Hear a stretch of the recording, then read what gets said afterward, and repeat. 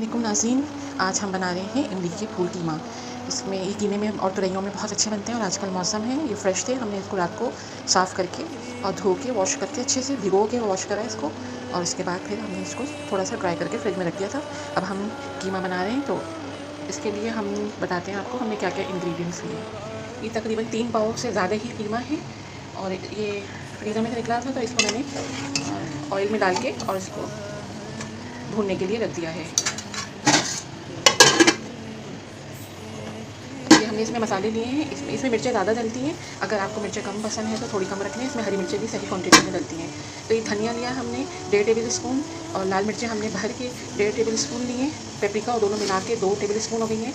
हल्दी 1 टीस्पून, नमक आपको जितनी ज़रूरत हो हमने 1 टेबल स्पून हल्का लिया है। 1.5 टेबल स्पून लहसुन और 1.5 टेबल स्पून इसमें अदरक जाएगा।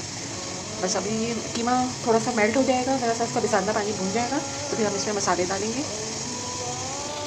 हमारा कीमा अच्छे से भुन गया है। अब हम इसके अंदर सारे स्पाइसेस डाल देंगे, और साथ में ही हमने 3 प्याज को हाफ़ कुक करा हुआ है, ये भी डाल देंगे। अभी हमारा कीमा जो है ये भुन गया है, और इसके सारे मसाले सही से भुन गए हैं। हम इसके अंदर लाल प्याज, थोड़ी सी लाल प्याज भी डाली है इसके अंदर, और ये जो हमने हाफ़ कुक करके रखी थी प्याज वो भी डाल दिए, और ये इमली के फूल भी हम इसमें डाल देंगे।